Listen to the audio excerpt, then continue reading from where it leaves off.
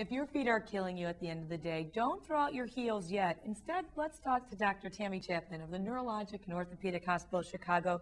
Dr. Tammy, what are the common foot and ankle injuries that you're seeing? Most commonly, we see bunions, hammer toes, neuromas, plantar warts, these type of things in the foot. And in the ankle, we see inversion or twisting of the ankle, especially with heels. Well, and talking about the foot and bunions, what is a bunion? I've had people who say they've had bunion surgery and it's extremely painful, but what is it? Well, a bunion is actually where the first metatarsal, this big bone here, comes a little bit outward, and then the big toe kind of compensates, and then it makes it more of a quite painful in shoes. So it just becomes like this big prominence or bump. And so how do you fix that or repair it? Well, there's different ways to repair a bunion, and it depends on x-rays and what we actually measure out. If it's a quite big bunion, we have to do the cuts back at the base to make a bigger correction. If it's a smaller bunion, we do the cuts down toward the big toe. That's interesting. Now, we talked about tight shoes, and you had mentioned to me earlier that a hammer toe might be able to be prevented without some really long usage in heels. So what is a hammer toe? A hammer toe is whenever the toe is bent up and hammered like this, and it rubs in the shoe, and after a long period of time of wear, it can actually fuse. Oh, that sounds quite painful. Well, I don't wear heels very often, as I told you. I'm in gym shoes most of my life. But what are some of the common ankle injuries? Because we see that in athletes, we see it from women in heels. I don't think there's many men in heels, but tell me about that foot. Well, actually, when we wear a heel, we have to remember that we're putting a lot of the weight from the tibia, which is this bone here in the ankle, and not much on the fibula, which is normal. But when we twist, we normally crack what we call the fibula bone. And it's very painful. People think because they can walk on a fractured ankle that it's not broken, which is a misnomer. Definitely, just because you can walk on something does not mean that it's not broken. I actually had a 12-year-old gymnast that for a week limped on her foot until I begged her to have an x-ray, and she did. She had a broken foot. It just seems just crazy that you wouldn't be able to know it's that painful. Yes, I always recommend, even if you hurt your ankle, to get x-rays of the foot, because there's a major tendon that wraps around the outside of our ankle and does hook into the foot. It's called a Jones fracture, quite common in athletes, gymnasts, and dancers. Well, what are some things we can do to take better care of our feet? Prevention. Sometimes you need a custom orthotic put into the shoe, maybe to prevent something going on in the foot or abnormal activity in the ankle or rear foot, as we call it. Wearing like a supportive ankle brace is sometimes good for certain sports where you use a lot of the ankle.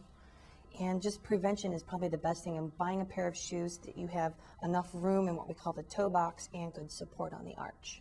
So are you telling me that I totally have to throw out my heels, or can I wear them maybe a couple hours a month? You can wear them sparingly, like if you're going to a special event, but keep in mind you wouldn't want to walk too far in them because they're really not for that. Well, we'll definitely get some good supportive, wide toe box shoes. Our feet will feel better, and we are so appreciative of your good advice. So take care of your feet by being fit and wear your gym shoes, and save those heels for special events. There's more to picking a shoe than just the color or style. Fitlosophy is a concept by Fleet Feet Sports, and Dave Zimmer is going to tell us a little bit about that. Dave, how do we get fit for shoes? Well, first thing we want to do is measure your foot. Get the correct measurements of the length and width of your foot to make sure that we're getting you into the right shape and right size shoe. So we're measuring your foot, and we're seeing that when you're seated, you're measuring out to about an 8.5 on your length. Your second toe is a little bit longer than your first, which is called a Morton's toe, which means you're from royalty or married wealthy, one of the two. And you have about an 8.5 on your width as well. Now we want to measure you in a standing position because we want to see how much pressure you put on your foot. As you put pressure on your foot, your arch will have a tendency to drop. The more that your arch drop and the shape of your foot changes, the different types of shoes we want to get you into. So it's not just picking your shoe based on the color, it's picking it based on the shape of your foot and also the function of the activity that you're doing. And it makes so much sense because you want your body to be able to move in a function in unison with that shoe and have it actually help your workouts instead of being a hindrance. When we're picking shoes, we want to make sure that we have enough space in front of your longest toe, which is why I mentioned the Morton's toe. Generally somewhere between a half to a full thumb's width in front of that toe. So as you're putting 7 times the force of your body weight, as you're running on top of your foot, your toes have a place to go instead of just into the front of the shoe. It's going to make it much more comfortable as you're doing your workout and also help prevent injuries. Well, quickly tell me about the treadmills, because the treadmill test is something that looks so unique. At Fleet Feet Sports, what we do is we put you on a treadmill and we watch you run. We want to see you in motion because that's the activity that you're going to be doing. We'll record your running as you're on the treadmill and use our software to be able to slow it down and freeze frame your foot as it's making contact with the ground. As we see your foot striking the ground, we can understand the motions and pressures that you're putting on your body and once again, make a better selection of footwear. So once we've gone through the treadmill test, how do I figure out which shoe then is next? There's 4 different types of shoes that you have the ability to go into. They are flexible, neutral, stable, and controlling.